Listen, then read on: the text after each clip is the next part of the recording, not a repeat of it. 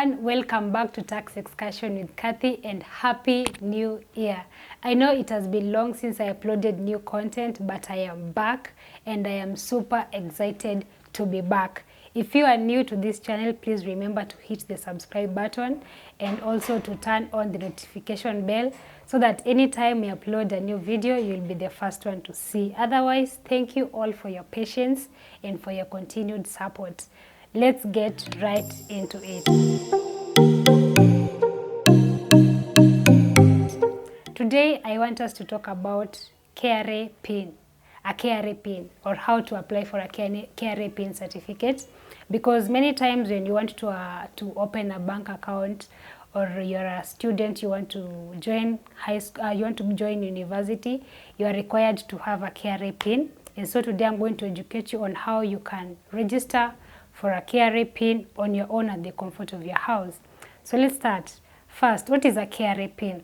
I want us to begin from there.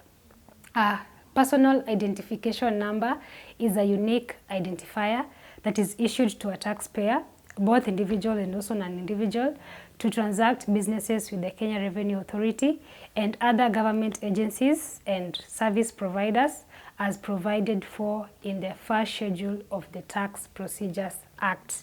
Let us go straight into how to apply for a KRA Pin. So application for a KRA Pin is done on the KRA website or through the KRA mobile service app using the USSD code *572# on the mobile app. Now, this is how you apply for a KRA Pin. Go to itax.kra.go.ke and click on the new PIN registration link. Select the taxpayer type and mode of registration, then click on Next.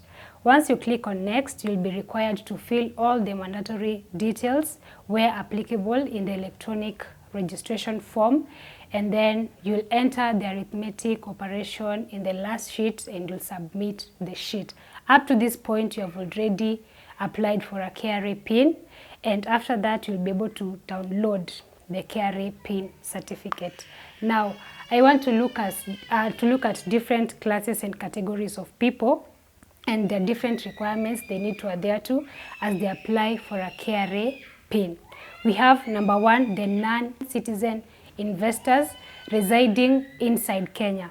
If you are a non-citizen investor residing inside Kenya, then you need these 5 requirements for you to apply for a KRA Pin. First, you need the original passport and a copy. Second, you need a letter of introduction by a tax agent or a lawyer and a PIN and the PIN of the tax agent. You'll definitely have to fill and to provide the details in the electronic registration form. Thirdly, you need a documentary proof of investments. We need to see that indeed you're investing in Kenya.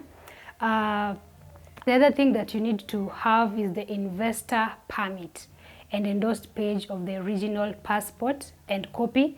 And lastly, you need a KRA Pin application acknowledgement receipt. So if you're a non-citizen investor residing in Kenya, you need those 5 requirements for you to apply for a KRA Pin. The next group of people, we have the non-citizen investor residing outside Kenya. You need these 5 requirements for you to apply for a KRA Pin. First, you need a scanned copy of passport certified by the notary public of oath from the country of origin. You also need a letter of introduction by a Kenyan tax agent, and the PIN of the agent must be provided in the electronic registration form. Thirdly, you need a letter from the Kenya Investment Authority. You also need a CR12 from the Register of Companies. And lastly, you need the KRA Pin application acknowledgement receipt for you to apply for a KRA Pin if you're a non-citizen investor residing outside Kenya. The third group of people is I'm going to talk about the non-resident employees or professionals residing in Kenya and working in the country for a period not exceeding 3 months.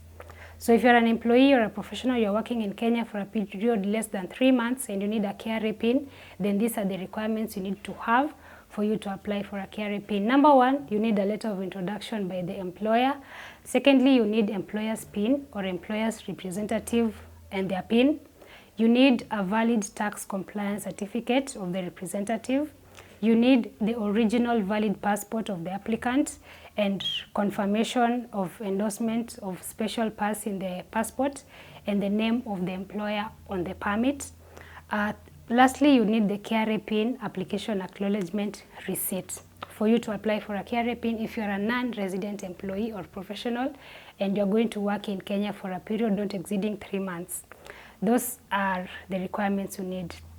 The fourth group is the diplomats. So if you're a diplomat and you reside in Kenya and you're required to have a KRA PIN, then you need to adhere to these 4 requirements as you apply for your KRA PIN. First, you need an ordinary original passport and a diplomatic card. Secondly, you need a copy of diplomatic card and passport endorsed by the Ministry of Foreign Affairs. Fourthly, you need a copy of exemption stamp of the passport or notification of arrival. And lastly, you need the KRA PIN application acknowledgement receipt for you to apply for a KRA PIN if you are a diplomat residing in Kenya. To another group of people are the non-resident married to a Kenyan citizen. If you are a non-resident, you are married to a Kenyan citizen, listen to this. These are the requirements you need for you to apply for a KRA PIN if you need it. First, you need to have the original and copy of marriage certificate. Certified copy of the marriage certificate if it's from another country. Secondly, you need the original and copy of identity card and PIN of the Kenyan spouse. Thirdly, you need the dependent's pass form from immigration. Fourthly, you need the original valid passport and confirmation of endorsement of the dependent pass in the passport. Lastly, you need the KRA PIN application acknowledgement receipt. So those are the 5 requirements for you to apply for a KRA PIN if you are a non-resident married to a Kenyan citizen and you need a KRA PIN. Now, if you are an employee of organizations that are covered under the Privileges and Immunities Act, Cap 179, for example, the United Nations agencies, and you need a KRA PIN, you need these 3 requirements. So number 1, you need an endorsement by the Ministry of Foreign Affairs on the letter from the privileged body to KRA. Secondly, you need the original passport and identity card for officials of the UN agency. Confirm endorsement of immigration exemption status in the passport. And lastly, you need a KRA PIN application acknowledgement receipt. If you are an employee of organizations such as the United Nations agencies, you need those 3 requirements for you to apply for a KRA PIN. Lastly, we have the non-citizen students or the non-citizen interns. So if you fall under this category and you are required to have a KRA PIN, then these are the requirements you need to provide. Number 1, you need to have the original and copy of valid passports and ensure that you confirm endorsement on the student pass in the passport. Secondly, you need the original and copy of valid student pass. Thirdly, you need the original and copy of letter of introduction or letter of admission from the institution as per the student's pass. Lastly, you need the KRA PIN application acknowledgement receipt. So if you are a non-citizen student, a non-citizen intern, you need those 4 requirements for you to apply for a KRA PIN. And definitely, once you have a KRA PIN, there are obligations under that PIN. And a tax obligation is simply a responsibility to account for taxes by the taxpayer as it is provided in the relevant tax laws.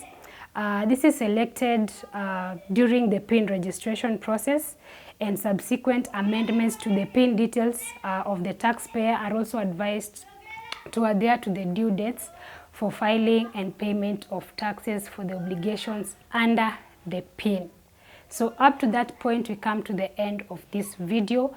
Thank you so much for watching up to this point. Remember, if you are new to this channel, please subscribe, and thank you all for your likes. Thank you for the comments. See you in the next video, and God bless.